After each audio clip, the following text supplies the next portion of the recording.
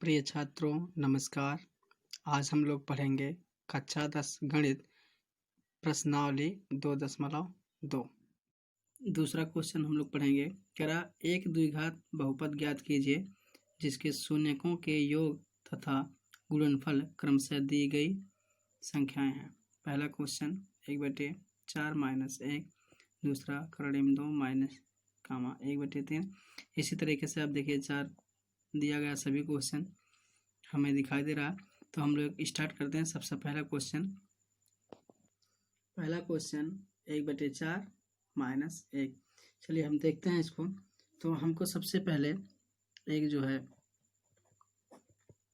द्विघात बहुपद मानना है जो का विस्तृत रूप ax² plus bx plus c बराबर 0 है। क्या है? यह एक द्विघात बहुपद है तथा इसके जो अल्फा और बीटा इसके शून्यक हैं। अब ये अल्फा प्लस बीटा जो मूलों का योग होता है वो कितना दिया? 1/4। और इसका सूत्र पढ़ चुके हैं कि -b/a। इसको आप मान लीजिए समीकरण फर्स्ट। इसी तरीके से दूसरा देता है alpha into beta. Alpha into beta आपका है -1 और इसका जो फार्मूला पढ़े हैं वो होता है c/a, अर्थात दूसरे पद का अचर पद का गुणा अचर पद बटे x² का गुणा। ये क्या है? ये अतः देखिए यहाँ से a बराबर 4 हो गया और b बराबर -1 होगा, c बराबर -4 होगा। अब हम इसको लेकर के एक समीकरण बनाएंगे। यदि देखिए ये जो बहुपद था लिखा गया था ax², तो a के स्थान पे 4 है तो 4x² प्लस था, प्लस करिए, और यहाँ फिर था bx, तो b का जो मान है -1 रखिए, उसके बाद x लगाइए, फिर प्लस c। अब c का मान -4 है तो -4 रखिए। अब इसी को थोड़ा सा ठीक तरीके से लिख दिया जाएगा 4x² - x -4। ये जो हो गया आपके पास जो शर्त था, अर्थात 4x² - x -4, ये जो दी गई शर्त थी, दी गई शर्तों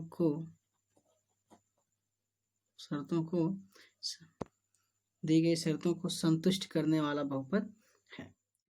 चलिए इसमें क्वेश्चन दिया करड़ी में 2 और 1/3। तो हम मानेंगे कि ये जो ax² plus bx plus c बराबर 0 एक द्विघात बहुपद है तथा अल्फा और बीटा इसके शून्यक हैं। अब दिया है मूलों का योग, तो मूलों का योग अर्थात अल्फा प्लस बीटा, इसको हम लिख सकते हैं, वो है करड़ी में 2। ये होता है -b/a। इसको हम करेंगे समीकरण नंबर फर्स्ट। इसी तरीके से एक दिया है मूलों का गुणनफल अर्थात अल्फा इंटू बीटा। ये आपको दिया है 1/3। इसका होता है अचर पद अर्थात c/a। इसको हम करेंगे समीकरण नंबर 2। तो अब यदि हम a को 3 मान लें, तब b बराबर आ जाएगा, और b a का मान यहाँ रखे 3, और ये आपस में जब गुणा होगा समीकरण 1 से, तो ये आ जाएगा 3 करड़ी में 2 माइनस का, और इसी तरीके से आपका c आ जाएगा यहाँ से 1। अतः हमारा जो मूल समीकरण है द्विघात समीकरण ax² plus bx plus c है। अब इन सभी मानों को इसी के स्थान पे रखेंगे और समीकरण हमारा तैयार हो जाएगा। तो ये हो गया आपका a है 3, तो 3x² प्लस बी का मान है -3 2 फिर x प्लस फिर सी का मान है 1। अब इसी को हम थोड़ा सा ठीक करेंगे। 3x² -3 2x plus 1। ये क्या है? ये दी गई शर्तों को। अगला सवाल हमारा है 0 तो हमारा जो मूल समीकरण है कि ax² bx मूल द्विघात बहुपद ax² plus bx plus c बराबर 0 क्या है कि 1 तथा अल्फा और बीटा इसके शून्यक हैं। तो चलिए क्या है इसमें अल्फा प्लस बीटा अर्थात मूलों का जो योग दिया वो 0 दिया है और हम देखते हैं कि ये होता है -b/a। इसको कर दीजिए समीकरण नंबर फर्स्ट। इसी तरीके से दूसरा दिया है कि मूलों का गुणनफल अर्थात अल्फा इंटू बीटा बराबर √5। ये करड़ी में 5 दिया है। अब ये होता है c/a समीकरण नंबर। तो यहाँ हम a बराबर 1 लेंगे तब हमारा b बराबर जो आएगा b बराबर 0 और c बराबर करड़ी में 5। अब इस समीकरण पे ax² plus bx plus c जो हमारे पास ये द्विघात बहुपद है इसी में यहाँ से सबका a b और c का मान रख देंगे। a का मान हो गया 1 तो 1x² प्लस b बराबर 0 है b 0 हो गया। x प्लस c का मान करड़ी में 5 ये हो गया करड़ी में 5। अब क्या हो गया x² प्लस करड़ी में 5 ये 0 है वो खत्म हो जाएगा। अब ये जो है कि दी गई शर्तों। चलिए क्वेश्चन नंबर 4 में दिया है एक और इसमें भी हम मान रहे हैं कि माना ax² plus bx plus c एक द्विघात बहुपद है तथा अल्फा और बीटा इसके शून्यक हैं।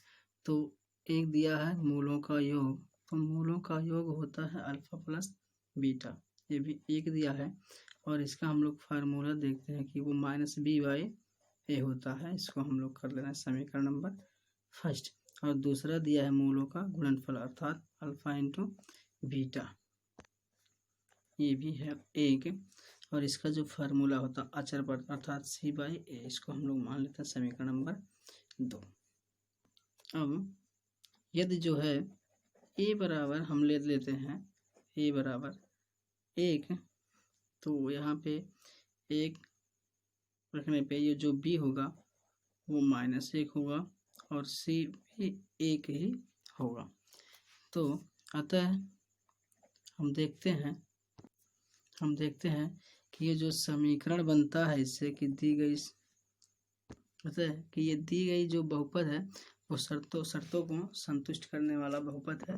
तो चलिए हम देखते हैं कि वो बहुपद हमारा क्या बनता है।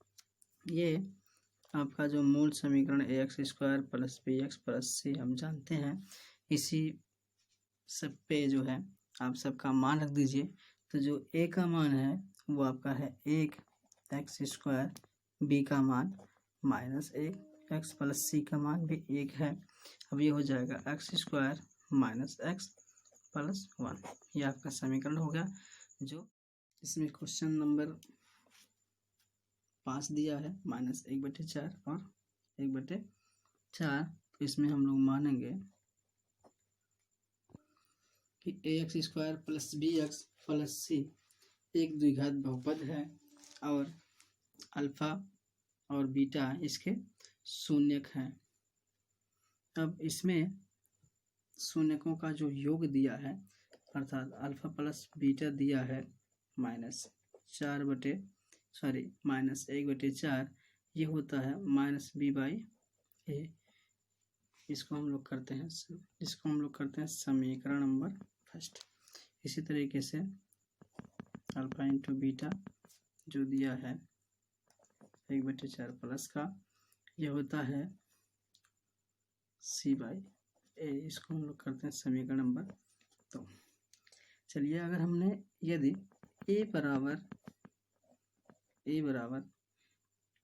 4 मान लिया तो बी बराबर हमारा समीकरण नंबर 1 से होगा 1, तो बी बराबर होगा वो 1 होगा। और इसी तरीके से हमारा सी होगा,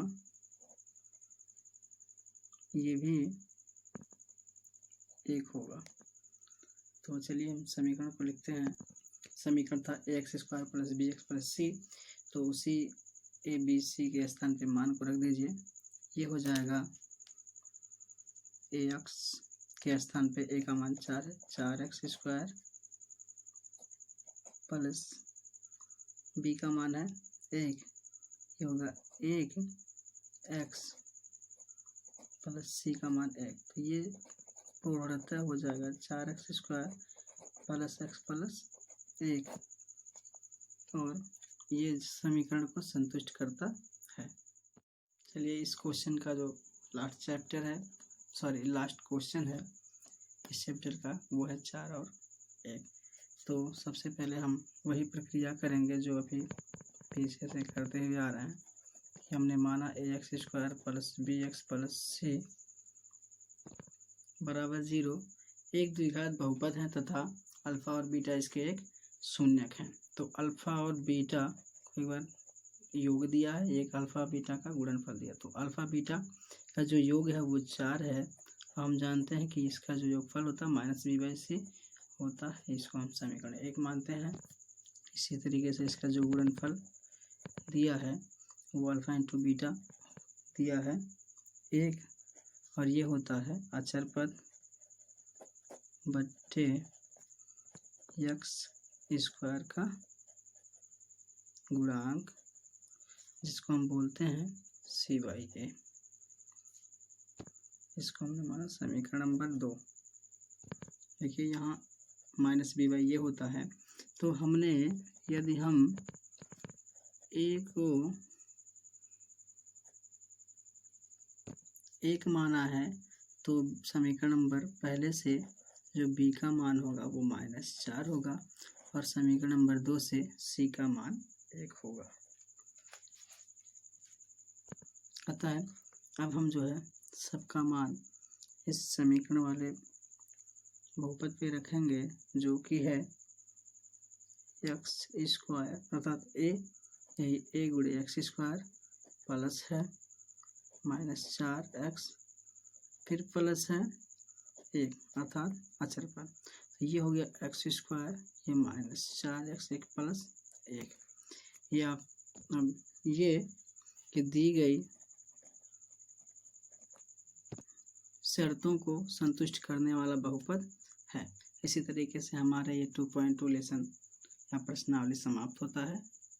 मुझे आशा है कि ये क्वेश्चन या ये प्रश्नावली आप सभी छात्रों को बहुत ही अच्छे तरीके से समझ में आया होगा। धन्यवाद।